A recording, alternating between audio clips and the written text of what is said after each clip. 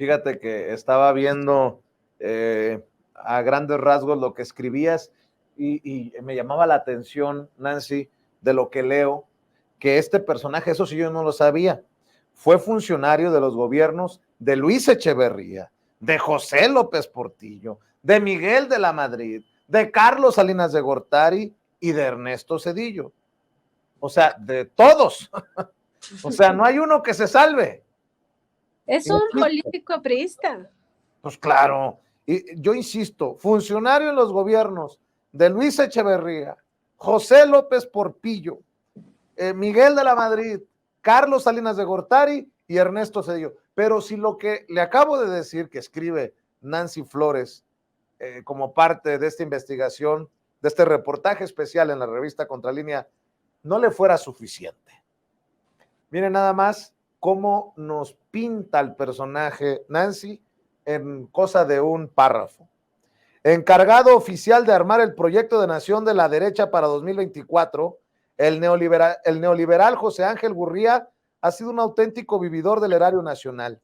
Mes con mes, NAFIN le paga una pensión vitalicia de 124,187 pesos. O sea, en el 2023 se embolsará 1,490,244 pesos. Luego de que esa institución lo jubiló a la edad de 43 años. Pero no solo eso, documentos oficiales en poder de Contralínea también revelan que el 22 de agosto de 1973, el economista rogó a Nacional Financiera que le pagara una beca para estudiar su maestría en aspectos financieros del desarrollo económico en una universidad en Inglaterra, y esta le fue concedida. Esos conocimientos pagados con dinero del pueblo le sirvieron para operar el gran latrocinio del Fobaproa en 1998 de la mano del PRI con Ernesto Zedillo y del PAN con Felipe Calderón y Santiago Krill, que socializó las deudas de banqueros y transnacionales y que ha costado 3 billones, con B, billones de pesos a la hacienda pública. Además, fue activo participante de las privatizaciones de los bienes de la nación. O sea, recapitulando, es hijo de estos gobiernos priistas, de Luis Echeverría a Ernesto Zedillo. Y no solo eso, me lo jubilan a los 43 años, pidió que le pagaran sus estudios en Inglaterra y regresa para clavarnos el puñal por la espalda a los mexicanos y mexicanas. Más o menos así, ¿no? De ese tamaño. Digo, por si quedaban dudas, y fíjate que yo no había leído así este párrafo que es brutal y que lo desnuda lo que escribes, mi querida Nancy. Es que se desnuda a sí mismo a través de su trayectoria, Vicente, y como dices, al final llega y pues sí, o sea, nos traiciona, o sea, traiciona al pueblo de México, pero porque ellos nunca han estado de parte del pueblo de México, esa es la cosa, Vicente.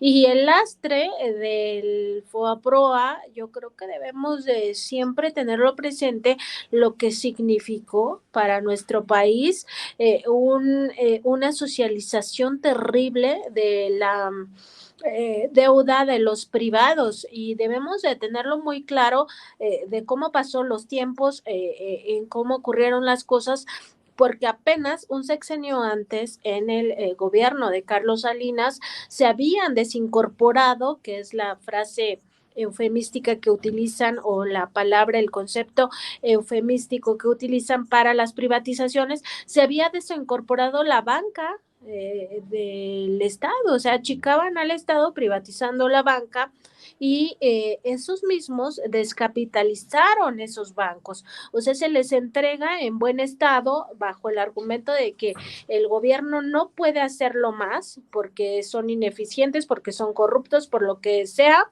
y entonces se lo entregan a la iniciativa privada, y lo que hace la iniciativa privada es descapitalizar, es decir, gastar lo que no tenían, hacer toda una burbuja financiera, y al final nos lleva a la quiebra, y nos lleva a la quiebra a todos, o sea, a los que no habían nacido, o sea, porque muchos pensarán, bueno, es que yo en 1994, que fue este desastre, ¿no? Este error de diciembre de 1994, pues yo no había nacido, ¿no? Yo sí ya había nacido, pero no voy a decir mi edad. Pero más allá de eso, no, es que la deuda la seguimos pagando y la vamos a seguir pagando. Entonces los niños, los bebés que están naciendo ahora ya tienen esa deuda del Fobaproa. Entonces, se privatizan los bancos en el sexenio de Salinas.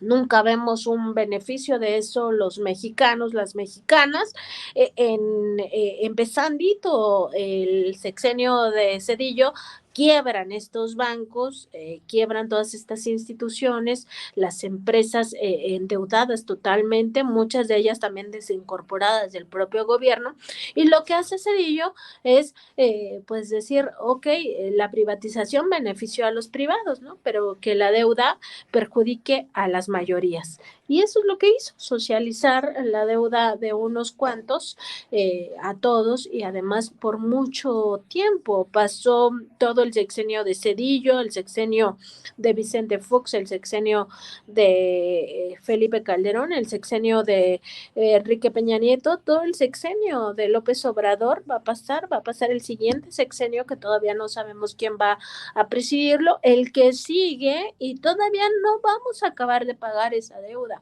Ese es el tema. Y quien opera toda esta pues robo, el latrocinio, el gran latrocinio, pues es justamente José Ángel Gurría. Y tenemos ahí algunos videos para refrescar la memoria que nos sirve, nos ilustra para saber quiénes son y cuál es el pensamiento que va a incluirse en su proyecto de nación. Y es muy importante que lo tengamos en cuenta a la hora de tomar estas decisiones, que son sí decisiones personales a la hora de ir a votar, pero que son al final decisiones colectivas. ¿Qué proyecto de nación queremos que tenga nuestro país? Aquel que ya vimos cómo nos lastimó, cómo fue lesivo en todos los ámbitos, o el proyecto de nación que se propone en la cuarta transformación.